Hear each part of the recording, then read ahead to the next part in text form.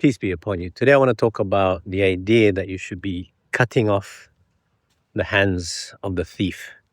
This is a satanic teaching of the traditional Muslims where they conflate the meaning of qaṭṭaʿa, which is to cut or sever, and qaṭṭaʿa, which is to mark or cut. It's the same in English. If I say cut your hand, doesn't mean to sever your hand, right? So in the Arabic, before we get there, actually, I'll read the verse first, 533, that's the verse reference. The just retribution for those who fight God and His messenger and commit horrendous crimes is to be killed or crucified, or to have their hands and feet cut off on alternate sides, or to be banished from the land.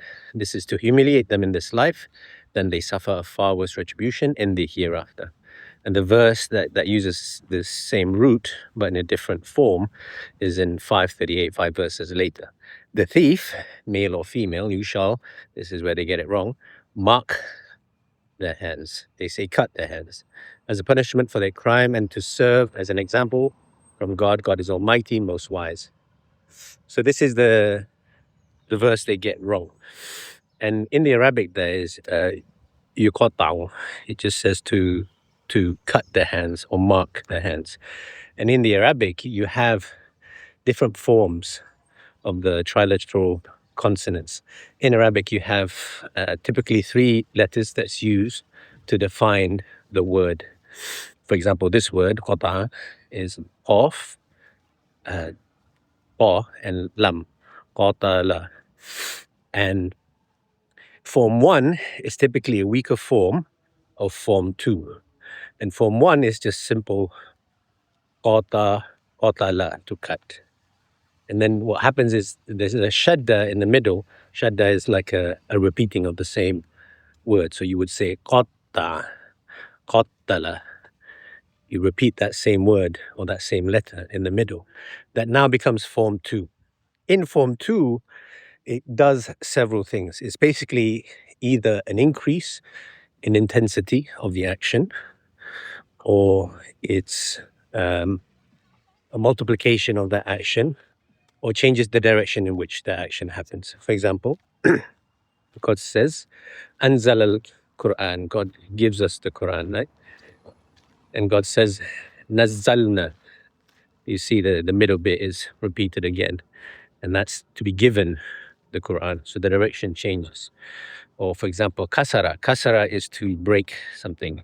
And if you say kasara, it means shattered to pieces, right? So it's the same root, but it changes the morphology or the usage of that word. So in the verses we just read, the same root is used, qaṭaʿa, to cut. And in 1231, the same form 2 is used, means it's a more intense version of just to mark. But in 1231, it reads, basically it's where Joseph was called into a room, and the people or the women there so admired him that they cut their hands. And obviously they didn't sever their hands. Physically, you cannot sever your own hands. It's simply impossible. And in fact, I don't know how you would do that on either sides or whatever. But what's happening here is the second or the third application of form 2, where it's an increase or multiplication of that action. Because it's many women doing the same cutting, it's a more intense version of that verb. So here is qaṭṭaḥna. They cut. qaṭṭaḥna. They cut their hands.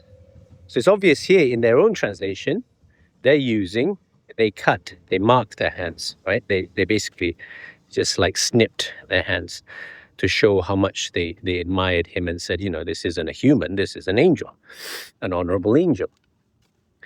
And so it's a more intense version of that word. It has the jadhdha in the middle. But in this instance, the intensification is to do with the amount of people, right? If many people cut, it's still an intense action.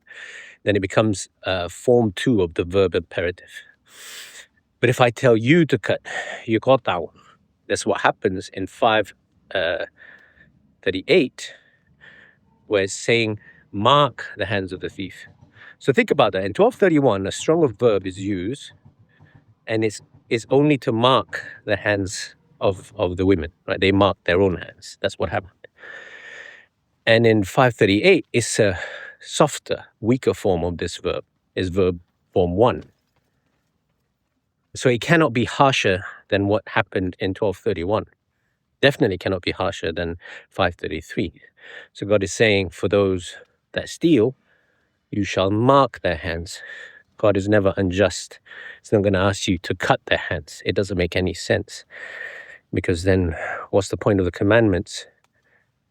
You know, if you steal an apple and you lose your hand, that's ridiculous. And if you go to the Hadith sources, it's even more ridiculous. It says, oh, if you steal above 5 dinars or whatever, then you cut the person's hand. That's madness. To cut someone's hand over an apple or something along those lines, right? This is what the religion teaches. It's complete heresy. And if you go to 7160, the same word is used, right? And it's to say that God split them into several tribes. God isn't saying that God cut them into several tribes. So this proves that every time the qaṭṭaʿa is used, the verb imperative in the second form, in 1231, this is the number of people doing it. So it is in the second form, or a more intense form. And in 538, it cannot be the most intense form. It's qaṭaḥa. The same as if I say ʿalima, that's Noah. Or ዐallama, which means teacher. That's a different thing, right? But it says ʿalimul ghaybi wa shahada. He's the knower of the secrets and declarations. And then God says ʿallama al-Qur'an, the teacher of the Quran, the giver. The knowing and teaching are two different verbs.